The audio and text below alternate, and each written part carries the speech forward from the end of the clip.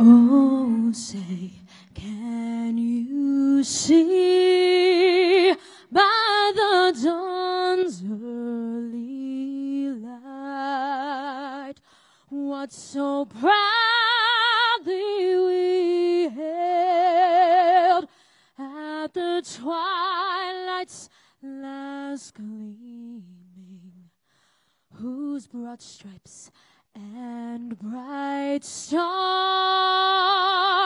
through the perilous fight o'er the ramparts we watched were so gallantly streaming, and the rockets red glare,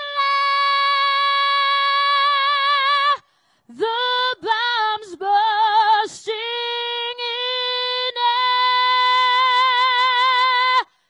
gave proof through the night that our flag was still there.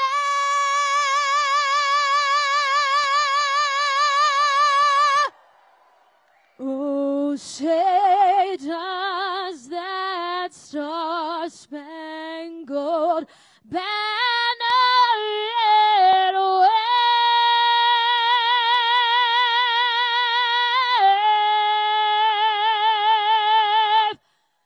o'er the land of the free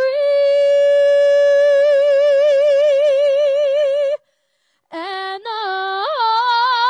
home of the brave.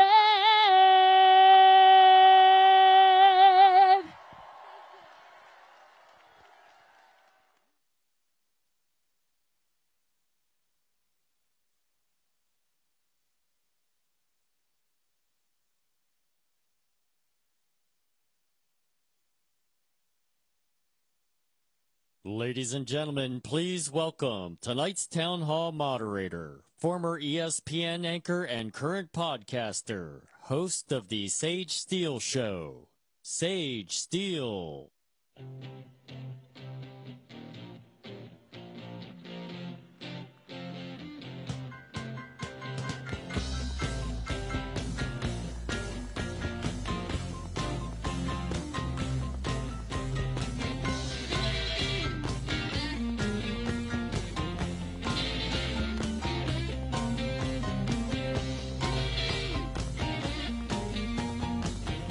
My goodness.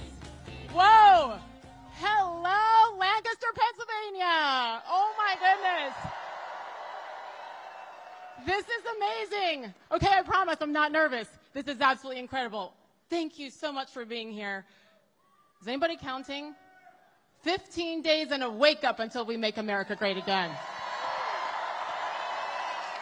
That's all we got left. Happy Sunday, everybody. It's Pennsylvania. It's a football Sunday, yes? How many Eagles fans do we have in the house? That's what I thought. Wait, I'm hearing boos already? Oh my gosh. Eagles had a pretty good day today, I'd say, yeah? 28-3, you beat those Giants in the division. You got to get that one done good. A little bit of a game up the road in Pittsburgh tonight, too, yes? There we go. It's like 50-50 boos, depending on each team that I mentioned, right? I'm not sure if you knew about this, but after we're done with our little town hall here, somebody by the name of Donald J. Trump is heading, guess where? Pittsburgh. Steelers. Hey, what a day. You start off at a McDonald's, you come to a town hall, and then you end up with Sunday Night Football. That man has some energy. Okay. Football Sunday, that's how Sundays always are in Pennsylvania. Don't worry, I'm not going to ignore you. I'm here. Hi. Also Sundays, it's Sunday. We went to church, right? Absolutely. The day of the Lord. Speaking of Sunday, for all of you Christians, all of you who believe in Jesus, believe that Jesus is Lord, you know what?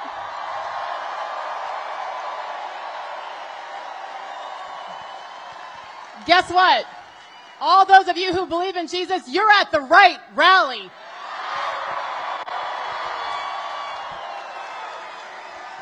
You're at the right place. We welcome everybody here. Pennsylvania absolutely does. For all you who believe, you know you're at the right place. Jesus, Muslims, atheists, Jews, everybody is welcome here. I know from personal experience, I'm going to tell you a quick story before we bring out the man of the hour. Personal experience that everybody is welcome. As the proud daughter of a black man whose parents and grandparents came from the islands, from Trinidad and Tobago and Barbados. A white mother, a white Irish Catholic mother whose parents and grandparents came from Ireland and Italy through Ellis Island. Guess what? They did it legally. And they came here. And because of that, I have the honor of speaking to you tonight with the president because they love this country and they took the time to do it the right way. So I know for sure that all of us are welcome. As the proud mother of 3 college-age kids who have very different opinions, I know from personal experience, all of us, everybody is welcome. And as a career TV broadcaster, part of the mainstream media, corporate media for years and years and years, who then said, no, enough is enough, because diversity of thought is what matters. Everybody is welcome. And I know that means so much to all of you here in the Commonwealth. So don't forget that. Diversity of thought, everybody is welcome, and especially tonight. I saw you lined up, 5,000 people strong along the streets of Lancaster. Thank you so much for taking the time. I like your red hat. Vote early, vote often.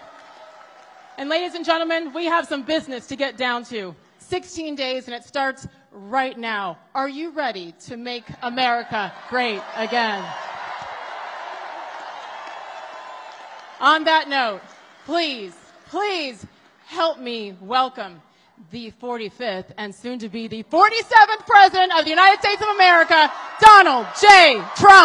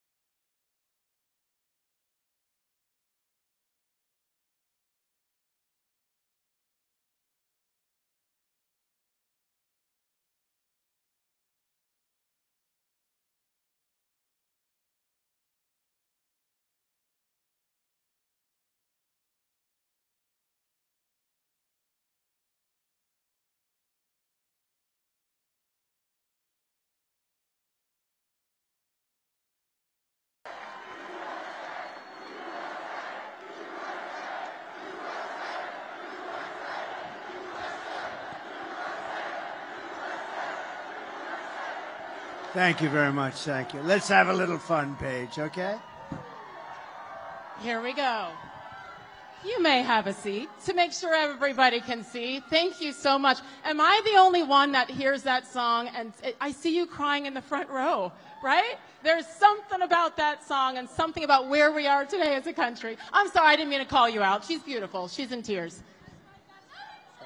Thank you, darling.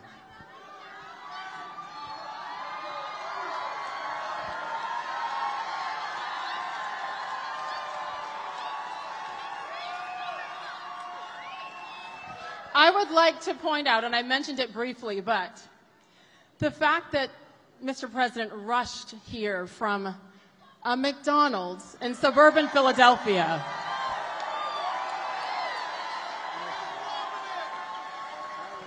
Okay. You were there for a full hour flipping burgers, we the were fryer? there for a while, mostly fries. We didn't get into that. We'll have to come back for the burgers, I think, but mostly fries. And we had a tremendous crowd circling the McDonald's, and the people were great, really. The whole state, you know what I say, the whole Commonwealth is as good as it gets, right? Don't you think? The whole Commonwealth. And I just want to thank everybody. I think we're going to do really well. We're way up in the polls. We want to keep it that way. We want to keep it too big to rig, you know? It's too big to rig. We got to make it that way. But we're way up now, and we're way up in all of the polls, I think, for the most part. And we want to make America great again. It's very simple. We want to make America great again, and that's what we're going to do. That's what we're going to do. So honestly, the fact that you chose to go there today and take the time, and I heard a couple of stories of people saying, thank you for taking time for the little people. And your answer? To me, they're big people. I think everyone's, they're all the same, you know, but they said it was so successful. Honestly, the McDonald's just hit the rockets. I mean, you have to see everything. They said, sir, you don't have to do this stuff. I said, are you crazy? I'm not going to do this. They said, you can avoid this. Can you imagine that? I said, who's going to tell these people? I'm not telling. Hey, maybe we can make this more exciting than the McDonald's stuff. How about that? But there's no way I wasn't coming. I know this area very well, maybe better, and some of the greatest people. So it's great to have such a crowd. They have an overflow crowd. They have people outside trying to get in. And I was going to suggest, if anybody would like to give up your seat, anybody? One hand. I've never had anybody raise a hand saying yes. Anyway, thank you very much. Not happening today, but I thank you so much for making that trek from outside of Philly and now here in Lancaster. And then you have a busy night because we got some football to watch in Pittsburgh. Stop, all you Eagles fans. We can cheer for the Steelers tonight as well. I want to just give you a quick rundown. I mean, this is going to be, you know, Mr. President, he is as organic as it gets, right? So we are going to go everywhere tonight on all different kinds of topics. You may notice there's no teleprompter. Not necessary. We don't need that here. I'm just saying. So we have questions from the audience. We also have questions from a few of the lovely people behind me as well. We're going to go back and forth and take turns. So are you ready for this town hall? Let's go. The first question is someone I believe who is behind me. So you're going to have to tell me. I didn't get to meet you all. Bob, where are you? Hi, Bob. Here we go. Hi, Bob. Ooh. Come on up. I like that outfit. Oh, that's beautiful. Where did you buy that? I want to get one of them. Okay. That's pretty cool, actually. Can you help him out with an outfit? Absolutely. Absolutely. I got just your size. Mr. President, I start the afternoon off. My name is Bob. I'm a retired union worker from Hazleton on a fixed income. Many Americans in my position struggle to make ends meet. Will you commit to helping protect Social Security and Medicare benefits? A great question. The answer is yes. And, you know, when you say fixed income, because of Biden and Kamala, nobody knows her as Harris. You know, I can't use the word Harris. And, by the way, it's her 60th birthday, so I want to wish her a happy 60th birthday. Right? No? No, happy birthday. And many more, and I mean it. So, you know, I do mean it, actually. I'm just looking at this gentleman. You don't look like you're retired to me. You look like you're in the prime. You could be if you wanted to be, right? You're doing I'm trying. Look at the size of the arms of this guy. I don't know. He looks pretty healthy. So people on fixed income have been decimated by the Biden and Harris regime. This has been horrible what's happened to them because we had I think in history, I think the greatest in history. They say, no, it's 48 years. But I think we had the greatest inflation just about in the history of our country. They don't include everything. They don't include interest rates going from 2% to 10, but you can't get the money at 10, so therefore it's much higher. But the people that are hurt the most are people on fixed income, like Bob. And we're going to do a lot of things. For one thing, no tax on Social Security benefits for seniors. Are you getting Social Security?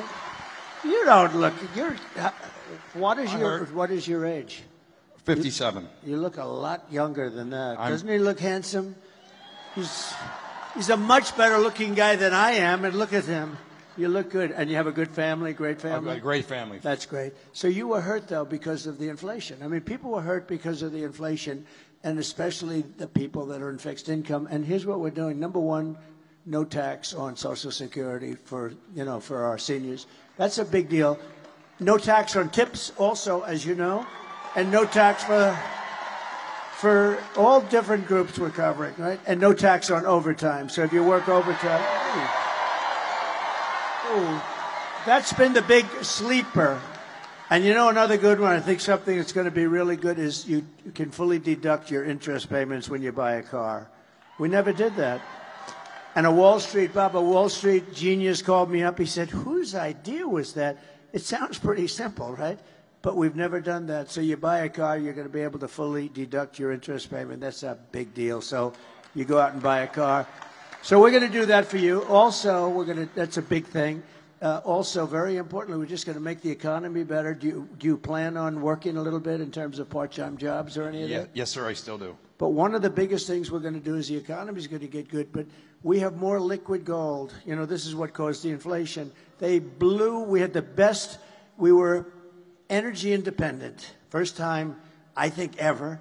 We're energy independent, and now we're getting oil from Venezuela. We're getting tar from Venezuela because it comes out as tar. We have to heat the hell out of it.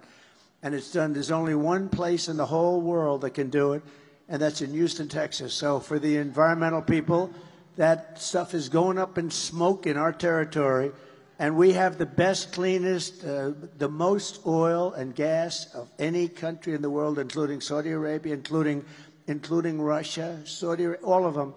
And we're going to be using it. But here's the thing. We will get your energy bill, everybody in the audience, including businesses, down by 50% from 1 year from when we take office. And when that happens, everything else is going to follow.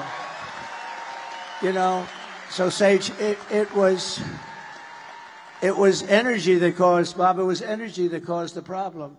And it's going to be energy that leads us back into the promised land. The energy went up, and also their stupid spending. They spent money on the Green New scam at levels that nobody's ever seen before. They just they could have thrown it out the window. It would have been fine. So, and thank you for doing this. This is great to have you. I've seen so many great stories about this woman. She's a brave woman, a great woman.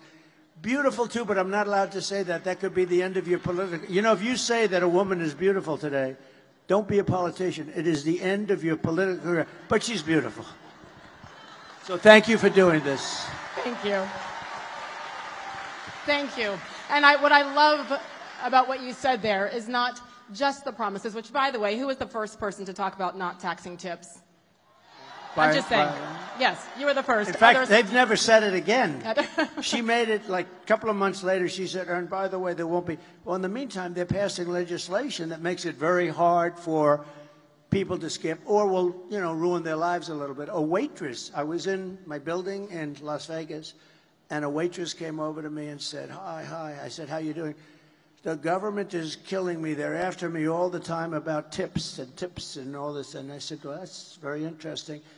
And she said, there shouldn't be a tax on tips. I said, that's an interesting idea. This is my consultant. This is a good waitress. She was great. And I said, that's an idea. I thought about it for about 15 minutes, and I said, what a good idea. But, they then came out like a month or two later. They made the statement. They got blown away because by that time, they're not going to be able to do it. They're not going to do it. Just like he was going to do the educational thing, with the debt. With debt, you borrow money to go to college, and they were going to just write it off. He's been talking about it for 3 years. It's totally dead. They won't get anything passed. We're going to get it all passed. We're going to get it done very, very quickly. So those things. But from your standpoint, Bob, the Social Security is a big deal. So we'll take care of you. And I love the fact that Mr. Trump said within the amount of time. You said, give us a year. Go fast. So it's not just a promise. It's, okay, give us a year to get this done. So thank you. That is huge for all Americans. I have to say that this, that's right, you said 15 days. That's right. It's hard to believe. 15 days until we get to be great again, right? But we have, look, what they did is terrible because this guy won the nomination. He got 14 million votes. I'm not a fan, but he got 14 million votes, many more votes than anybody else. He had 22 people running. Kamala was running too, and she was the first one to drop out. Shockingly, he picked her to run, which, you know, I think he wished he had that decision to do over again. And they took it away from him. They took the presidency away. This is the first time in the history of our country, I mean, it was taken away like you take candy from a baby. And I don't use the word, you know, there are a lot of words to describe it. It's a coup and everything. They took the presidency of the United States away from him. And honestly, they shouldn't be doing it. And, you know, they keep talking about a threat to democracy. They're a threat to democracy, and she's a threat to democracy. What they did is a terrible thing. And just to finish, I believe that Joe Biden likes me more than he likes Kamala. And who would think that? And, you know, look, the bottom line, so we had a debate, Joe Biden, we had a debate, and he didn't do great in the debate, but that's understandable. He didn't do well. And his poll numbers went down, but that's okay because you come back from that stuff. And what happened is incredible. Nancy Pelosi, crazy Nancy, went in, and Schumer and all these guys went in. They said, we're taking it away. Nobody's ever seen that before. Nobody's ever done it before. And it should, honestly, it should never happen again. It was a terrible thing. I will say that. I think at the end of the day, all anyone wants, even if your man or woman doesn't win the race, win the competition, it's just for it to be done fairly. That's all that people want. So I agree. Here we go, 15 days and counting. We were talking momentarily here about taxes and no taxes on tips, et cetera, and I believe our first question from the audience is on that topic as well. Where's the microphone? Right here. Hello. Here we go. Hello, Mr. President. Hello. My name is Suki. We've actually met before. Uh-oh. I have the tattoo. Here we go. I have the Here we tattoo, go. the portrait tattoo on my leg. We met September 14th in Jim Worthington. Oh, good. He's a good man. That's yeah, right. and I have your portrait on my leg every single day. I get to show everyone. Ooh. I love and All honor right, you. there's our story for the day. Go ahead Here with we your go. question. Okay, Mr. Go ahead. President, again, Thank my you. name is Suki. I have worked as a server bartender. I am a mom of 4 boys. My oldest is headed to medical school. My oldest son is a professional boxer. And 2 of my boys are MMA fighters. Wow. Ooh. That means she's got those good fighting genes. That's what it means. Wow. Are they good? Are they pretty good? How are they doing? He's all over TV. Wow. Wow. That's great. I am a proud mom. Most of my income comes from tips. Making ends meet in the economy is hard.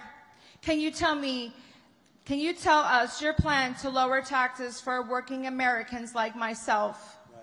Well, number one, we're going to make the economy much better. I mean, that's bigger than anything we can do is make the economy better. We're not going to let foreign countries come in and steal our businesses, our jobs, and everything else, which has been happening for years.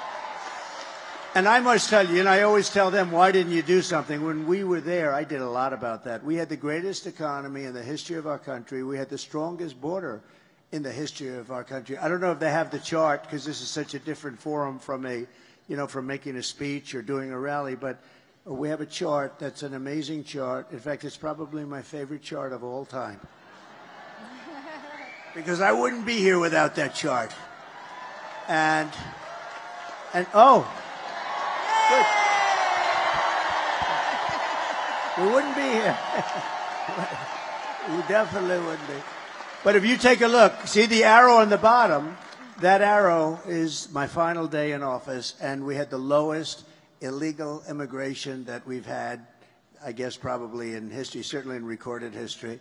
and it was going lower. And we were going to let people in. We want to have people come in, but they have to come in legally. We have to know they love our country. They can. That's right. We don't want people coming in that were up for murder.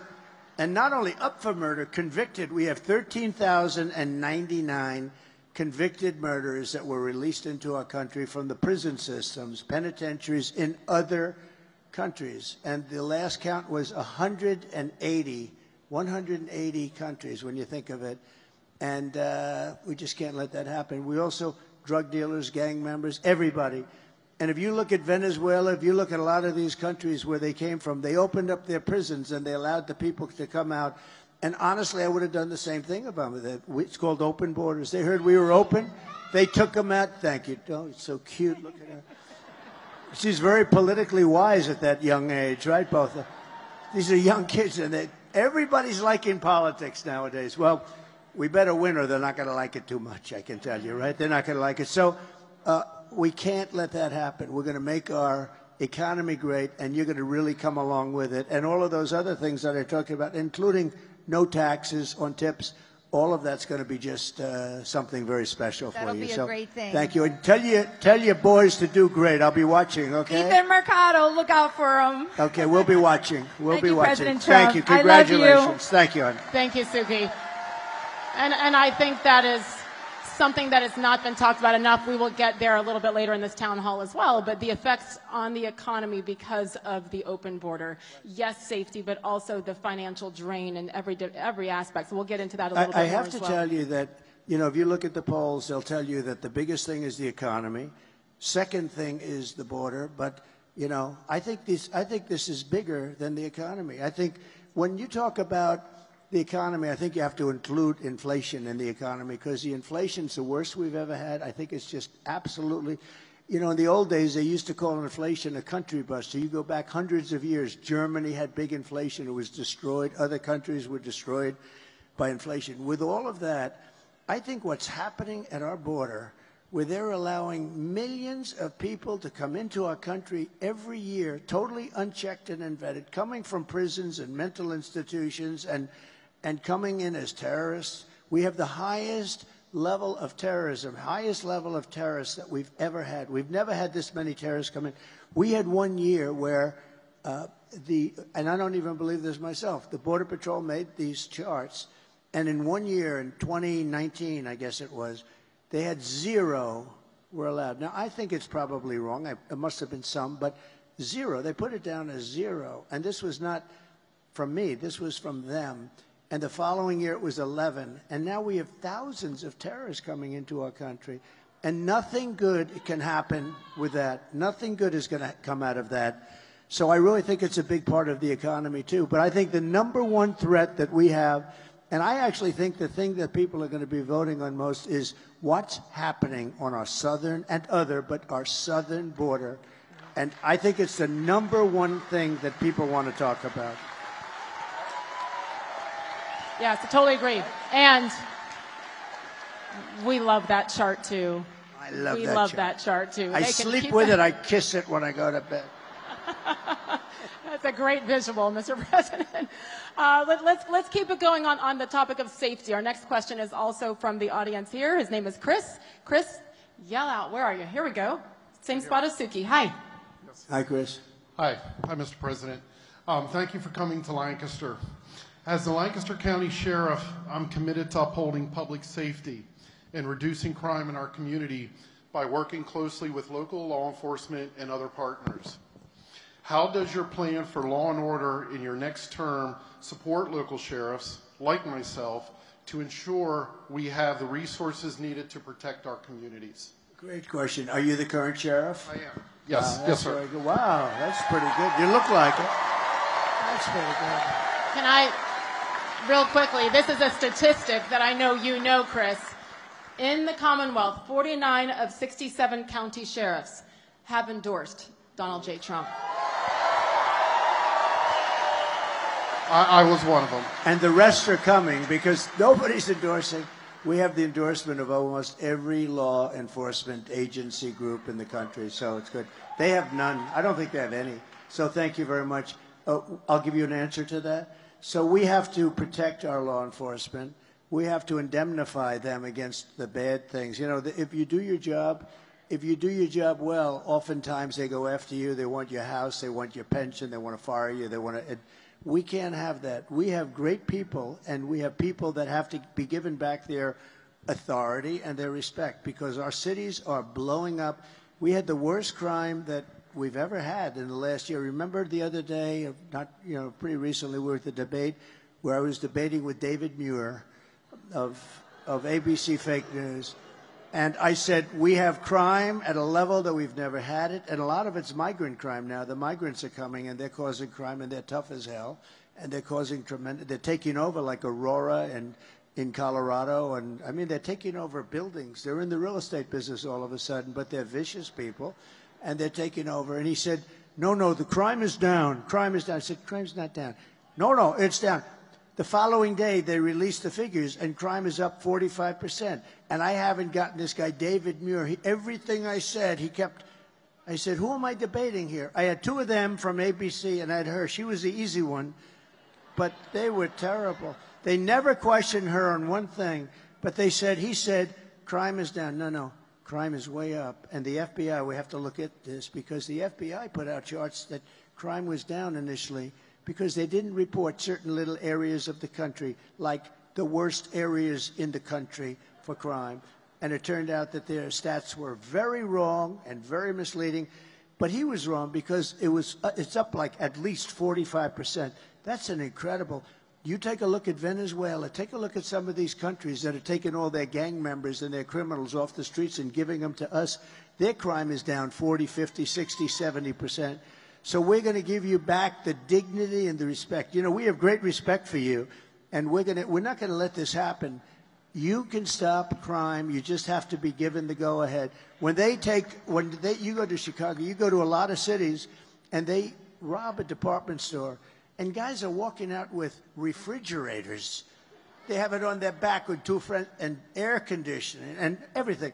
And they literally are stripping, and the police are standing outside, and they're shaking out of anger because they really want to do something, but they're told to stand down, and they're watching these criminals walk out. We're not going to have that happen. We're not going to let that happen. So thank you very much, Sheriff. I appreciate it. You know, I think, unfortunately, since you left office, and certainly 2020 and COVID and George Floyd, I mean, it has been tough, and that's why I think we're all so grateful for the men and women in blue, because you do put your lives on the line every single day. So thank you, Chris, honestly, and for being a leader there. But I'm sure that is something that these sheriffs have to worry about, to encourage men and women to come back to the police force, that they will be supported on a federal level. It's become more and more dangerous. I mean, I visited a great family in Long Island where a policeman who was killed said, please open the door. They opened the door and they start firing. The windows were darkened. They opened the door and they start firing. There's not a thing you could do, even if you were allowed, and they're not allowed, to open the door with a gun in your hand. You're still not going to make it, because you can't beat that kind of speed. I mean, he's got a gun. And they started firing. He died. I went to the funeral. He died, and I paid my respects to the most beautiful family, and they can't even believe it. But the wife was telling me that she was so afraid it was going to happen. And things are happening today. It's a very dangerous profession. Of course, being president is a very dangerous profession also. You know, we were going over that the other day. 0.1% of race car drivers, that's pretty dangerous, right? 0.1% race car drivers die. 0.1%, these guys that ride the bulls, I mean, say what you want. They are very brave. But 0.1%, similar to like the race car stuff. With presidents, it's a lot of them. If you think about it, you know, you got Lincoln and Kennedy and McKinley and this and that, or get shot at, many shot at, Reagan and Ford. And this is a very dangerous profession, but I wouldn't change it for anything, because we're going to turn our country around. We're going to turn our country around, and we're going to do it. We're going to do it fast. Thank you. And it does start with Americans being able to feel safe in their cities and towns every single day. It's interesting because was it just this past week when you sat down with the Wall Street Journal and called them out on a couple of things, I think is safe to say. Is that the best way to describe it? He let them know what he thought about the ways that they had reported things and certainly the way that even questions were being asked. And if you look back at that factually, whether it be tariffs, whether it be crime, like we were just discussing, whether it be the border, whether it be COVID. They were wrong about a lot of things, and you called them out on that. In particular, with what we were talking about with the southern border. Well, we have to take care of our border. Our border is so important. And you look, it's just common sense. People are coming through that are criminals. You're going to have more crime. And if you remember where Kamala was saying, no, the people that come into our country, they don't commit crime. They are far tougher. The one thing nice, our criminals look like very nice people by comparison. These people are vicious. The level, you just take a look at some of these gangs that are coming in. So our criminals look much nicer than they used to. That's the only thing we can say, but that's not much. The Wall Street Journal was interested. I had like a 2.5-hour meeting with them, and it was a great meeting. I respect the Wall Street Journal a lot. And we had with the editorial board, and they actually wrote a beautiful story about it, but the one thing they said that was great, we've watched this guy for 20 years. The one thing we know is that he's got no cognitive problem. I have no cognitive. She may have a cognitive problem, but there's no cognitive problem. It was nice that they actually said that. They said, if anyone has any questions, we were grilling this guy for 2 hours or 2.5 hours. Got no cognitive. In fact, if anything, he's maybe better. I don't even know if I like this. Maybe he's better than he was 20 years ago. So anyway, no, and I actually called for a cognitive test for all people wanting to run for president. I think not based on age. Some of the greatest leaders in the world, and I'm not 80, and I'm not that close to 80, but in the Biden case, he's 81 or 82. And that's okay because I know people that are unbelievably successful.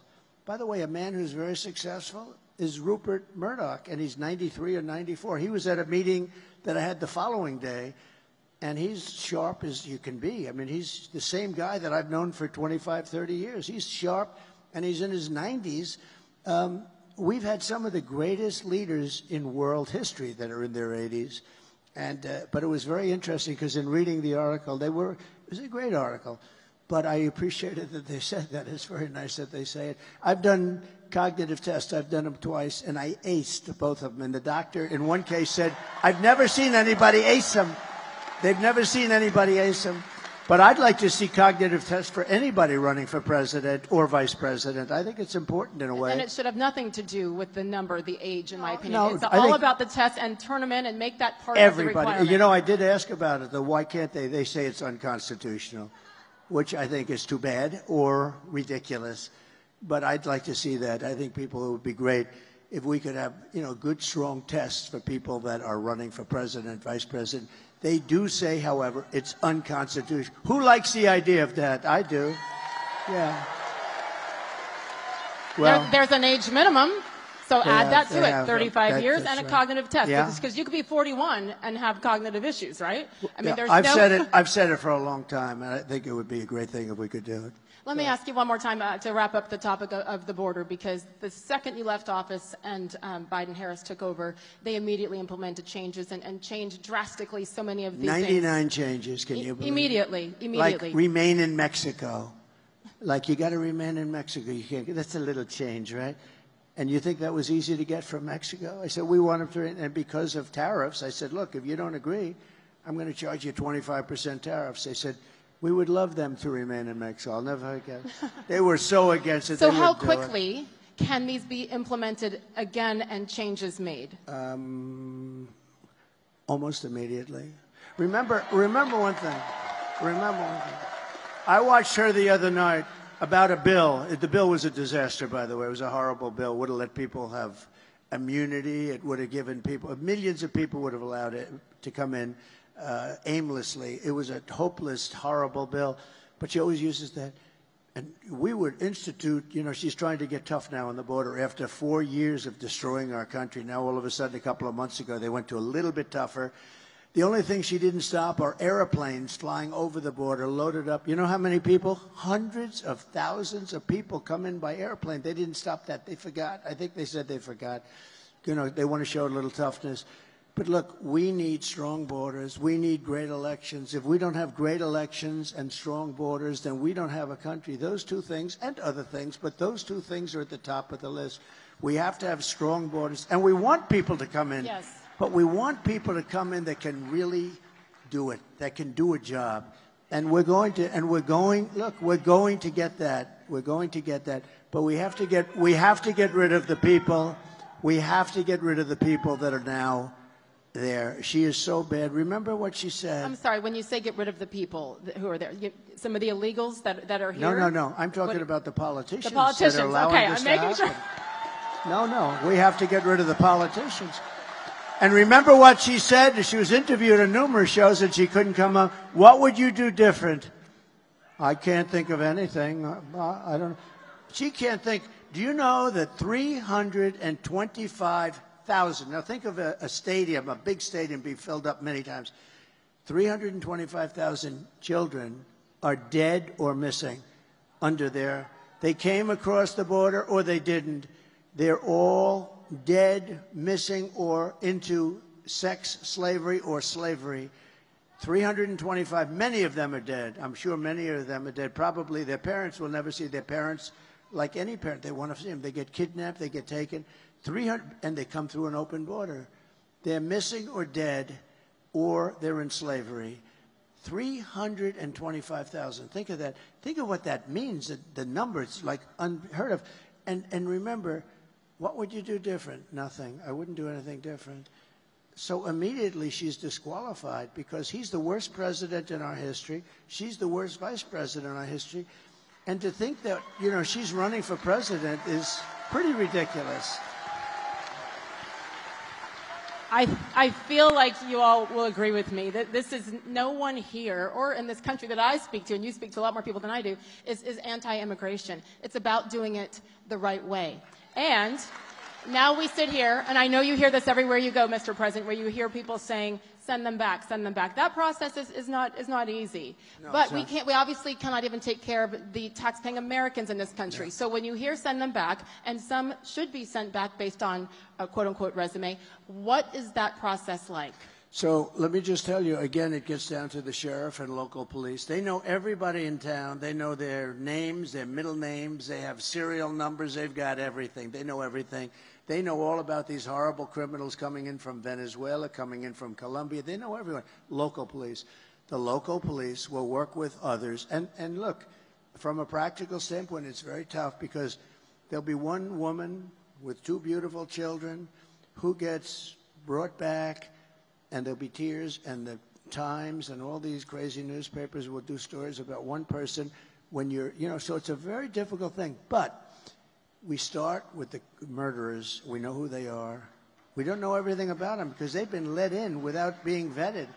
But we start with the murderers. Nobody wants to have murders. These are people that some were getting the death penalty. They were going to be executed in their own. Some killed more than 5 people. Some killed more than 2 people. One killed like 9 or 10 people.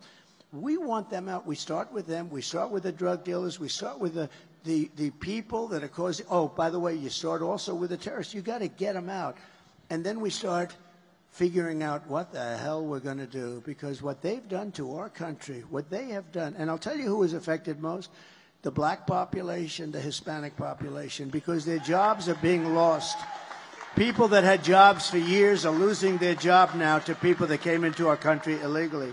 So that's a really, and they're starting to see it. You know, the black population over the last short period of time, their numbers, their unemployment numbers have just skyrocketed. The reason is people coming into the country illegally are taking their jobs.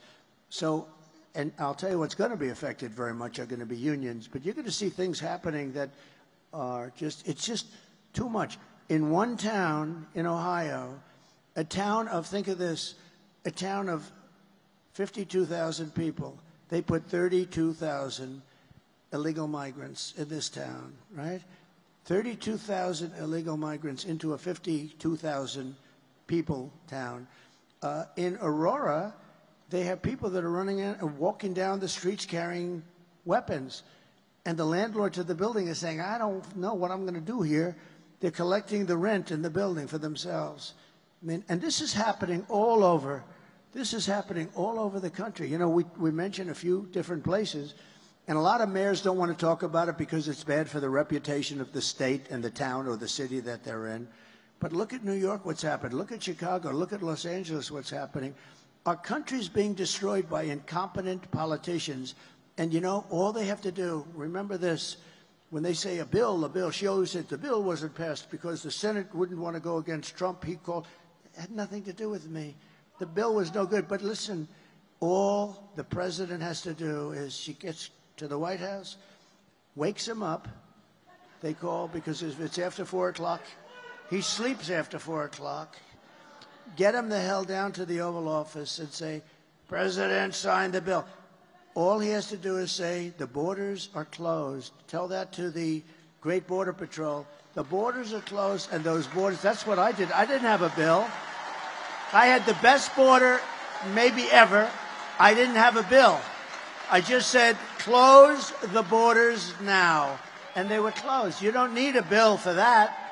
They have been saying that for years now, that they needed to get it approved in Congress and all. You don't need approval. I didn't have a bill. I didn't have a bill. I said you close the borders. You know, my father used to tell me when, like, we'd hire some guy and, sir, could I have a letter of authorization that I got this job? And my father always used to say to me, you know, son, every time they need a letter, they never work out to be any good. The guys that don't need a letter, those are the ones that you want. Because when they ask for a letter, that means they don't have it. This guy, so what happens is, you call up the head of the Border Patrol, you call up the group, and you say, effective immediately, the borders are closed, and they close up. And that's what I had. I didn't have a bill. I closed up the borders. And the billions of dollars that are being spent across the country to pay for the education, the health care, the rent, the insurance for illegal aliens can go to Americans, can go to minorities, can be spent on veterans who are on the streets homeless. So I have hope, and we're going to hold you to this. But, you know, it's not financially feasible or sustainable for us to be paying for hundreds, not for hundreds, for millions and millions of people. It's estimated now that the real number is over 21 million people in 3.5. 21 million people came into this country. Many of them are seriously bad people. And that's why the graphic is the best graphic ever. I was wondering who that was. It's the fake news. No, these guys are great. These are the photographers. When they take good pictures, I like them. When they take bad pictures of me, I don't like them. They usually turn out to be not so nice, but that's okay. Here's a man. Pulitzer Prize, Doug. Pulitzer Prize. It's the only thing good about the New York Times is Doug. Pulitzer Prize, everybody. Pretty good. He's good. He's a good guy. They're all good guys. Very talented guys. Good. Yes, we pay extra close attention to any movement up near the stage. I was wondering who's coming in. I was looking. I was getting ready. Put up your dukes. Here we go. Here we go again, yes. Back to the audience. Where is Paul for a question? Good evening, I got to get to work. President. He's behind me. Hello, Paul. All right, Paul, let's go. Hi. You ready? Yes, ma'am. And to kind of talk a little more about the border, my name is Paul, and I served in the United States Army and the Pennsylvania Army National Guard. Thank you.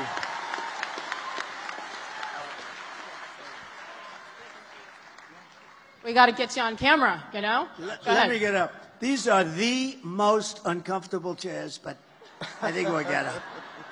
There is no chair like that chair. I'm so glad you said it. How are you? Nice to see you, man. Nice to meet you, President. Go ahead, please. Sir, right now members of the National Guard are mobilized because of the crisis at the border. How soon will the wall get finished if you're elected? So the wall, we built hundreds of miles of wall, more than I said I was going to be doing. And again, I had a hard time with Congress on the wall. I took it out of the military because we rebuilt the military. We had a lot of money in the military. We took out billions because I considered it an invasion of our country. It was very easy. And we then got sued by Nancy, crazy Nancy, and all the Democrats, and we got sued 11 different times. We won all the suits. It was brutal, but we were sued a lot. And we got hundreds of miles of wall built. And then I said, let's add some more. And one of the reasons we did have the great success is because I got the wall built. I was building wall at levels that nobody had ever seen. And we were going through tremendous obstacles. It was hard. But we got it done. And then I said, let's add 200 miles because there were certain areas. You know, it's interesting. When you add wall here, you got to add a little more wall here. And it was just it's like water. It's like water. And we were ready to do that. We ordered 200 miles. It was ready to be thrown up. It could have been thrown up in 3 to 4 weeks. And then we had a very unfortunate election. And these characters took over. And I said, you know, something's going on. They're not putting up the wall. They have to put up the wall. It would have been unbelievable, totally secure, very hard to get through the wall. That was the wall specifically that Border Patrol and all of them wanted. This is the one that they wanted. It wasn't what I wanted. I wanted to have concrete plank going up 30 or 40 feet. They said it has to be steel, has to have, have to be able to see through it, et cetera, et cetera. And this is a combination of steel, concrete, and then rebar in the middle, each one of those pieces. And then they have, I told this here, they have an anti-climb panel on the top. And I hated it because I didn't like the way it looked. These things were so beautiful. And we had to put the anti-climb. But I said, no way I'm going to do that. I hate it. It was costly, but I hated it. And then we had people climbing. And it's true, the anti-climb panel is exactly what it is. It was much harder. So I said, all right, we'll do it. But this is exactly what they wanted. And they didn't want to put it up. And that's the first time that I realized that they actually want an open border. Who would want an open border? It's like, who would want an open border? Who would want men playing in women's sports? Who would want all these transgender operations on your children? So we built a tremendous amount of wall, and we were going to do another 200. But I got Mexico to come in, and they gave us thousands and thousands of troops while we were building the wall. That was hard to do. Remember, I always said Mexico will pay. They paid much more than what I was talking about. They gave us troops. They did a really good job. They didn't want to do it. They said, no way. And I said, way. And they said, no, we're not doing it. And I said, if you're not doing it, I'm going to charge you a 25% tariff. And they said, these tariffs I'm telling you, it's my favorite word in the dictionary, outside of love and religion. Love and religion. But so I said, we're going to charge you. And we got the troops from Mexico free of charge. And they were, it really did the trick. We had great success. But the net result is all of this wall that we built, they ended up selling for 5 cents on the dollar. Very expensive stuff, too. Not all of it, but a lot of it. And Texas wanted to use it, Arizona wanted to use it, and the federal government wouldn't sell it to them. And they sold a lot of it for 5 cents on the dollar. These are people that hate our country. I'm convinced of it. There's something, you got to vote them out. We got to get back to common sense, right? Thank you. How immediate is that process? We talked about sending certain individuals back. How immediate is the wall process? Can they begin building right away? Yeah, the wall. Yeah. I've become very good at building walls, actually. Remember, there's only 2 things that work. Everything's obsolete. Other than that, see their cameras? Look at these beautiful cameras they have. In 2 weeks, they'll be obsolete, right? Everything. The computers are going to be up. 2 things. What are the 2 things? Wheels and walls. They're not obsolete. They always work. And you can always have a wheel and a wall, right? Look at her. She was the one that was crying. If she was crying, that means she likes, you like Trump. Look, she's crying again. She's crying again. Here we go. Stand up, show everybody. Oh. Very nice. Thank you, sweetheart. Are your friends as passionate as you? Yes, well, oh boy, I'm glad they have those good seats. Thank you, darling. Appreciate it. Thank you. We call these, don't we call these happy tears? These are happy tears, of course. Those are tears yes. that are happy tears. Okay, let's keep it going. Olivia, I'm not sure, is Olivia in the audience or is Olivia on stage? Hello, Olivia. Come join us. You get to stand in the middle here. Go right ahead. Good evening, Mr. President. My name is Olivia, and I'm a first-time voter from Stevens and a college student. Based on the inflation and weak job market, it seems like a big stretch that I'll ever be able to own a home. What is your plan to help bring down inflation and make life more affordable for Americans like me who are just starting off? And a home is a big deal, right? Yeah. You can't have the American dream because I'm giving the American dream. I gave up so much during During that 4-year period, we had the greatest economy, we had the greatest everything, and people were back to a thing called the American dream. I'm so glad you used the term. We're going to get interest rates way down. There are some places, 35% the cost of a home are regulations and nonsense that shouldn't be, between long-term zoning where it takes years and years to get it developed. We're going to take a lot of that out. I did, and they put a lot of it back in. The environmental approvals are terrible, just terrible, so ridiculously bad. And we're going to get it taken care of. We'll bring down the cost. The biggest thing with two things: make the economy good so you get a lot of money, right? Make the economy good. And the other thing is interest rates. We're going to get interest rates. Right now, you can't get money.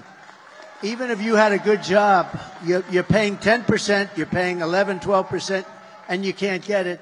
When I was president, it was 2.2% interest, and now, and the money was all over the place, and now you can't get the money. So we're going to make sure that you can get the money. And who's going to occupy that house with you? Right now it's just me. But a beautiful family eventually, right? I'll bet. Thank you, darling. Thank you. Thank you, Olivia. How about that first-time voter, Olivia? Great. Gets to ask the president a question. You go, girl. Good job. Let's keep it up. Right. Where's Ty? Ty. Hello. Come on up here, too. Right in the middle. I like that. Do you like that, everybody? Should I do it? Should I do it? What do you think? Should I grow one of the goatee? She said yes. Why not? Come in. Thank you very much. Looks good. Good evening, Mr. President. We'd like to first thank you for being here and taking questions from us. The people of Carbon County would like to thank you for your service and commitment for making America great again. My name is Ty. I'm a small business owner. I've seen the detrimental effects of Kamala on the war on coal and rising energy costs. When you were president, the average price for gas around here was about $2.50. Today at the Wawa on the corner, it was $3.34. That difference over 4 years adds up. What is your plan to help businesses like myself, especially with the cost of energy? So we actually had, and the big thing is going to be the cost of energy. Energy is so big, it's so like amorphous, it's all over the place. If you make donuts, it's the stove and the truck to bring them to wherever they're being delivered. The biggest thing is energy with this, with what you're talking about. We're going to get that way down. And our price per gallon was actually, we had it down to $1.87 a gallon. And we had actually the $3.50 was up to, that you had mentioned, that was up to $4, $5, and $6, and it was heading up again, and then they went back quickly. You know, they ended my energy policy, and they were getting killed, and they went back to it. What they don't say is that they went back to it. You know, they said, we're getting killed here the day after the election. If they won this election, they're going to go to a no fossil fuel deal. You're going to have all electric, and you're going to say, oh, I can't go far. It costs too much, and they're made in China. And, you know, we love Elon Musk, and he makes – and I think – and I will tell you, and I think these electric – what he does is incredible. What, you know, the electric cars are great, but it's a certain application. Some people would like them, depending on distances. If you want to go long distances at this moment, maybe not. But, you know, the amazing thing about Elon, you know, he's in Pennsylvania today campaigning for me. Can you believe it? And the Tesla is a great car, but I will tell you, but he will be the first to tell you, and he never called me once because I hit them hard because they have this electric mandate that in a very short period of time, everyone's forced to have an electric car. Well, what about hybrids? What about regular gasoline-propelled cars? We have more gasoline than anybody, but China has the product to make the batteries, so it's not a good thing for us. I've never had a call, and I speak to him a lot. He's incredible. How about that rocket that came down a few days ago? How cool was that? I called him up. I said, was that you? He said, yes. Nobody else can do that. Russia can't do it. China can't do it. And the U.S. can't do it, other than it's him. But no, he's incredible. But, you know, amazing thing, he never once called me up and said, give you my word, I never once called me up and said, lay off the electric, would you? He gave me the greatest endorsement. He understands he's going to have a tremendous market. There's a great market for that, but not 100% of the market. It's, you know, gasoline and hybrid. And there's another one, Hydrogen. Did you ever hear that? That's a new one. But here's the problem. He knows. Mr. Wall, please stand up. He's heard this before. This gentleman has come to 300 rallies. He likes me. You know, he's a very successful guy, too. He just likes these rallies. He'd rather be watching this than some crummy football game, right? But, you know, what is happening is there is a lot of great technology, but hydrogen is not acceptable because it's better than anything except when there's a problem. It has a tendency to blow up. And when it blows up, you are unrecognizable. They call the wife down, would you please examine, not really the body, because there's no body, it's just a pile of stuff. And I don't want the hydrogen, if you don't mind. You know, it's one of those things that's really wonderful, but when it doesn't work, you're dead. We don't want that. So we'll come to another, but there'll be other, over a period of time, there'll be other things. We're going to get those interest rates down. We're going to, and I'm telling you, I said it at the beginning, I'll say it again. We have more liquid, think of it, we have more gasoline and gas, and we have oil converted easily into gasoline. Also oil for your house, for your air conditioning, for your heating. We will have your electric bills and all of your energy bills down by, we're going to cut it in half. Anything you're paying right now, and that's going to make your business strong by itself. That's good. And it'll be done within 1 year. Because what are we going to do? Drill, baby, drill. Frack, baby, frack. Frack, baby, We're frack. going to frack. We're going to frack and drill, okay? Thank you, man. And Thank Ty, you. Oh, good. I will. I will. And Ty, what is your business? I own a bar and restaurant in Lehighton, Pennsylvania, in the Carbon County. What's the name of it? Boatyard Bar and Grill, just outside of Jim Thorpe. Sounds There you great. go. Huh? Thank you. Thank you. And I love this. I love this topic because we know how many small businesses were decimated, especially after COVID and what has happened since then. So, Ty, we're here for you. Go hang out at Ty's bar. Why not? The one thing, sounds good. I'll bet it's a good place. Got a lot of action, right? Oh, Stan Musial? Oh, I see. Dan Muser. Is Dan here? Oh, where's Dan? Is it that good, Dan? I thought he said Stan Musial. Stan the man, remember? Hi, Dan. How are you? Who do we have here? Look, come on up here for a second, Dan. Am I allowed to do? Because this is our host, so I don't know if I'm allowed to do this, but what do you think? One of our This great, is the boss. one I of am our not in great charge Congress here. people. I You know, under this forum, we don't really Secret Service is announce gonna our examine it. Congress people, our senators. And you're going to tell me who else is here with you, Dan. Come on up. This guy is fantastic. Congressman Hi, Dan. Dan Welcome. Come on up in the Muser. middle. How are we doing? Most importantly, Dan, most importantly, he's very much involved with the election. How are we doing? We're doing great, Mr. President. And you know why? Because the enthusiasm for you has never been higher.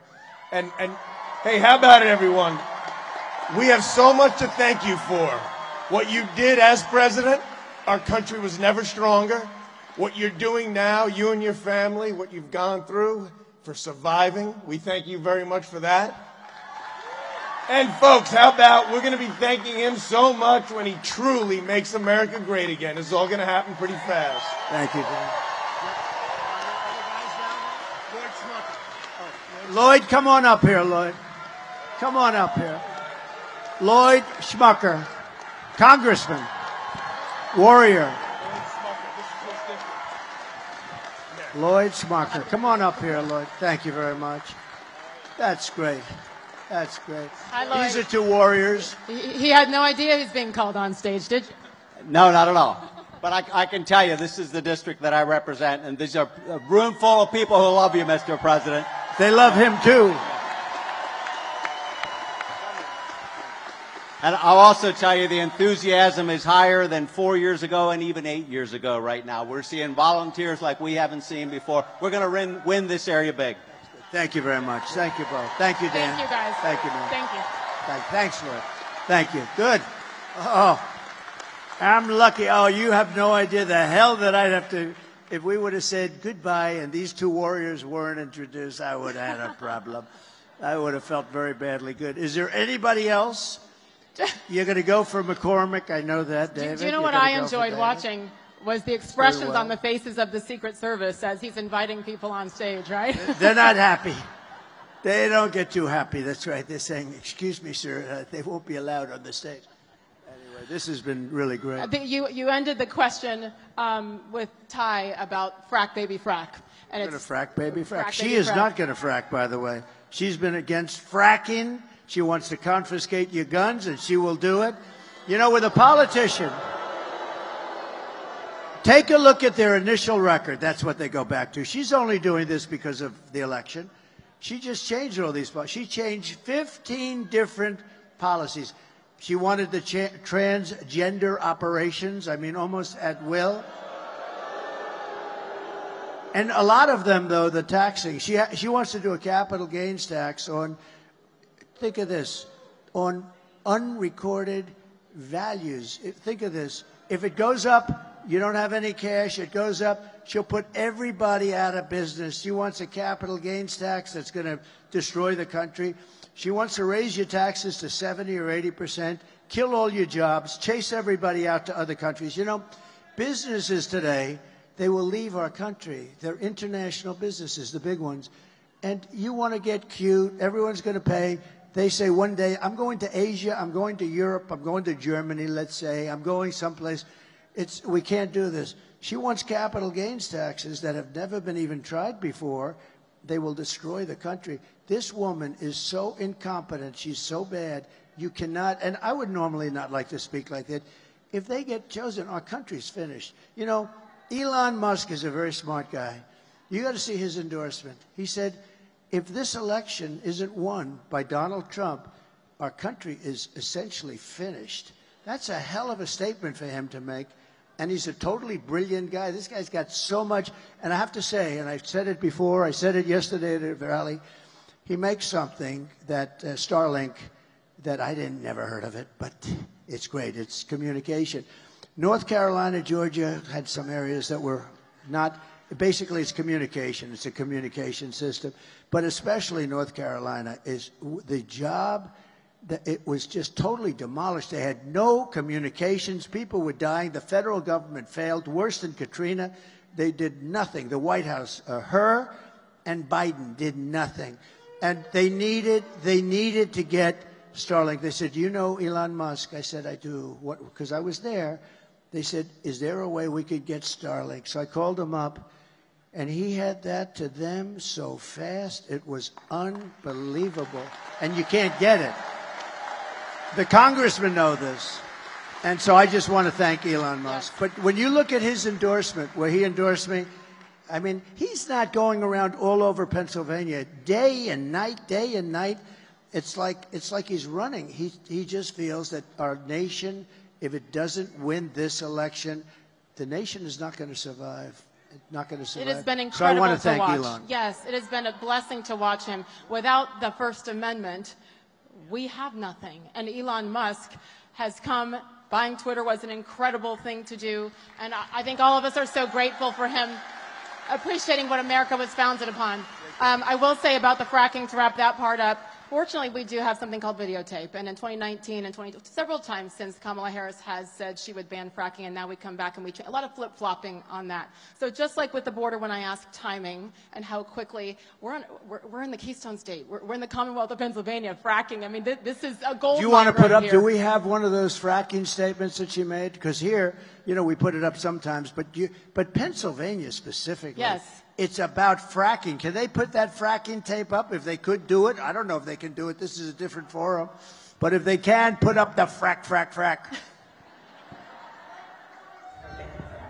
committed to passing a Green New Deal and finally putting an end to fracking once and for all. If they fail to act as President of the United States, I am prepared to get rid of the filibuster to pass a bill.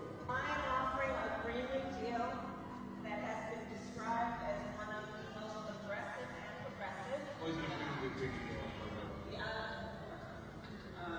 resolution. I believe that the underlying principles behind it are sound and important. What is the solution for voters who have jobs and interests in the fossil fuel industry? Give people workers the ability to transition into good jobs in the future. Of course he's going to do it. It's not about cost. So there you heard it. Good job backstage. Give me my wife. I said, give me that fracking statement. No, she doesn't want fracking. She's never wanted fracking. And by the way, she destroyed one of the greatest cities in the world, San Francisco, destroyed it. It's not even livable. She destroyed it, and she destroyed, along with Gavin Newsom. Have you heard of him? Terrible, one of the worst governors. He'll go down as one of the worst governors in history, Gavin Newsom. But the two of them destroyed California. How do you destroy California? The ocean, the temperature, everything is, it's like the perfect place.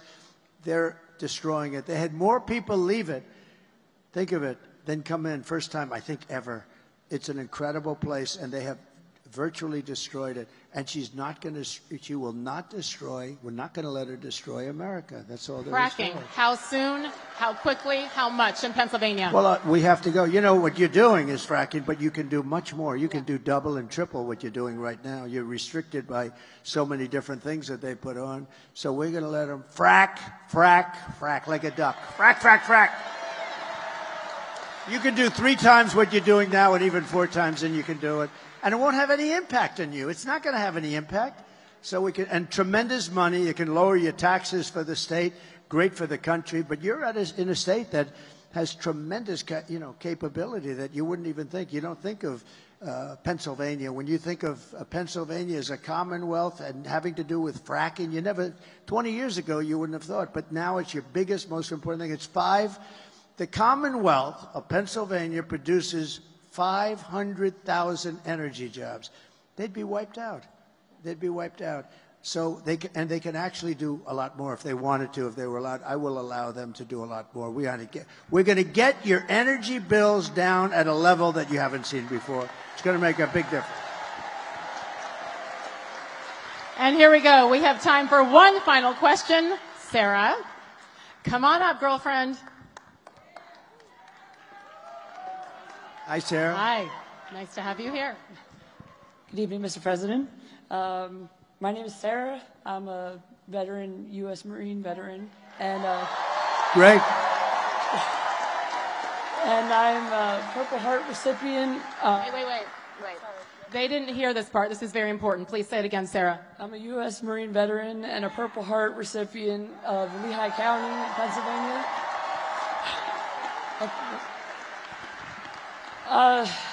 Many veterans face significant challenges such as accessing quality health care, mental health support, and transition assistance back into civilian life. Will you commit to making the VA Choice program that you open up permanent? So we had VA Choice, and this was something that was so important, was sought. That's where you have a choice of getting a doctor if you can't get fairly, quick service. And I will say we have great doctors. The doctors are incredible, but the administration of it is not good. And as you know, 4 years ago, we had the highest rated VA ever. We were at 92% approval rating. And I got 2 things done. I got VA Choice, and that was basically you wait, and if you don't have a doctor within 48 hours, you can go outside, get a doctor, we pay the bill, and you get yourself taken care of. People were waiting for 4 and 5 months to see a doctor, and they were not feeling well, but literally it was a minor thing, and they end up being terminally ill because of it. Think of it, terminally ill. The other thing we did, we had a lot of people that because of civil service and unions and other things, you couldn't fire them under any circumstances, no matter what they were. And they were sadists and they were thieves. There were a lot of bad people, right? You couldn't fire anybody. So they were living with people that were horrible. And these were both authorized by Congress. One was 52 years, they couldn't get it. The other was 58 years. I got the right to fire bad people that didn't take care of our veterans, right? You know that. And we fired 9,000 people and replaced them with great people, with loving people. And those 2 things, and we had a 92% approval rating, and it's never been even close to that. Now, here's the bad news. They're very rapidly breaking the system up. They've hired a lot of the people back that were terrible and that we fired. One of the problems, it's just unbelievable. And they don't, you know why? Because they don't know what the hell they're doing. And the other thing is they're slowly getting rid of choice, so that they're making it so tough that you almost can't use it. We were actually saving money on choice because you save, a doctor would fix them up and get them back and beautiful. Instead, they were getting sicker, sicker, and sicker, and many of them became terminal. You know, I did one other thing, I have to say, right to try. That's where you have a right to try medicines that won't be approved for another 4 or 5 years. They've been trying for 50 years, more than that, to get it approved. And, you know, the insurance companies didn't want it, the country didn't want it, nobody wanted it, the doctors didn't want it because they didn't want to be sued. And I said, here's what we're going to do. I sat down in a room with all of them, the labs. I said, we're going to make a deal. They're going to sign a document saying they're not going to hold anybody liable, and we're going to get the right to try. And nobody really wanted to do it, but we did it. I forced it on them. We have saved thousands and thousands of lives, and even the labs now, and the doctors like it, because we're finding out that, you know, some of these things are incredible. They're taking people that were terminally ill, and they're getting better. Some of them are getting totally better. And we've saved thousands and thousands of lives. It sounds so simple. I love the name, Right to Try. People used to go to Asia, they'd go to Europe, they'd go all over the world looking for a cure, or they had no money and they couldn't do that. They'd go home and they'd just die. Now they sign a simple document, and we're using space-age things that won't be approved for another few years by the FDA, and we moved that time up. But they won't be approved for a little while. You know, you have to go through a very extensive testing. But if people are willing to sign that, we have saved so many thousands of lives. So I think you understand. But we're going to go back to choice very rapidly. Immediately, we're going back to choice. And we're also going to get rid of the bad people that don't love you. Okay?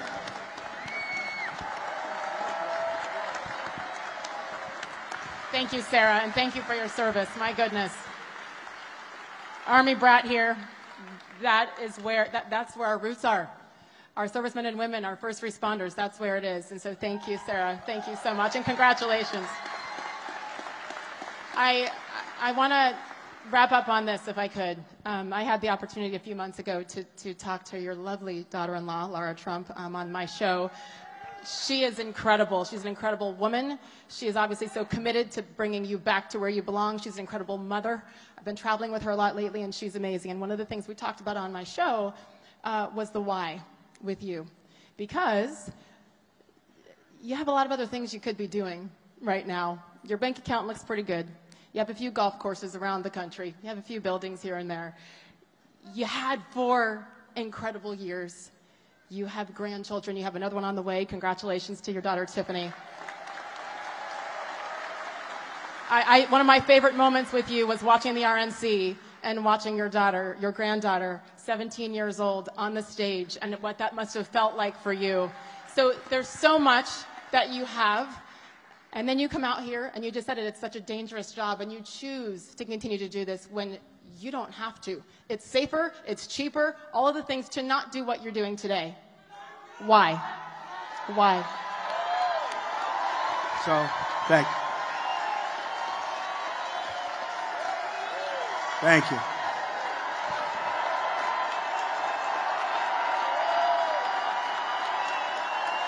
Thank you.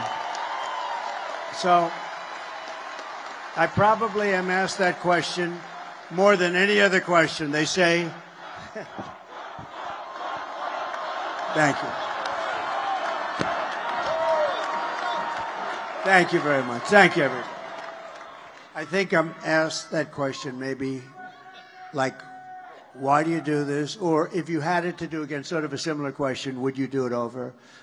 And the answer to that is so easy and so emphatic, yes. But the reason is, I was saying to, you know, in a sort of kidding fashion the other night at a rally with these great rallies, and I was saying, you know, I didn't have to be here. I was in the middle of a little bit of a rough area, and I loved every minute of it. We had, I think, 28,000 people. That's not, we had 101,000 people in Butler, you know that. We had 107,000 people in California the other day. And I said, here's the story. I could be anywhere I want. I could be on the finest beaches having that sun go over that very white skin that hasn't seen sun in years. I could be hit in the face with beautiful waves of salt and beautiful salt water. I could be wherever I want, and I have great properties all over. Or I could be here with you people, and you know what? I would rather be here with you than any other thing that I can do, because you have a lot of people that are rich or wealthy and they can do what they want to do. But we're doing something that's unique. This is the greatest movement of all time. We're going to turn our country around. Our country is really, it's a failing nation. I don't care what you say. I mean, we're laughed at all over the world by other leaders. 4 years ago, we were respected by everybody. China, Russia. Russia would have never gone into Ukraine. Israel would have never been attacked on October 7th. We would have never had the most embarrassing moment in the history of our country, which is, you saw what happened in Afghanistan, the Taliban. We would have never had, think of it, we would have never had Afghanistan. We were getting out, but we were going to get out with dignity and strength, and we were going to keep the big air base Bagram because it's 1 hour away, spent billions and billions of dollars, just about the biggest, most powerful, longest runways in the world. We gave it to China. They gave it to China. China's now operating. We were 1 hour away from where China makes its nuclear weapons. We gave it up. Would have never happened. All of these things, we wouldn't have had inflation because our energy was so good. Energy caused the inflation, what they did with energy. But I said to myself, you know, sometimes I think, I see, you know, I get hit with all these lunatics that we have, where the radical left lunatics, where they make up stories about Russia, Russia, Russia. In the end, I wouldn't change what we've done for anything. We're going to make America great again, greater than ever before. And we can't do that sitting on a beach, right? We can't do that sitting on a beach. So I wouldn't change it for a thing. And I just want to thank you. You've really done a great job tonight. And you have a tremendous understanding. You know, I thought that I know you through sports and through other things, but you have really got an understanding of both the good and the bad of where this country is. And I appreciate you being here very much. Thank you. Thank you. I'm an American. That's all it is. I just love this country, and I love that you love this country. This is what we need, and he does choose to do this for all of us. So help me give him a grand exit off the stage here, because he has football to go watch. The 47th President of the United States, Donald J. Trump. Thank you very much. Thank you. Get out and vote, everybody. Thank you very much.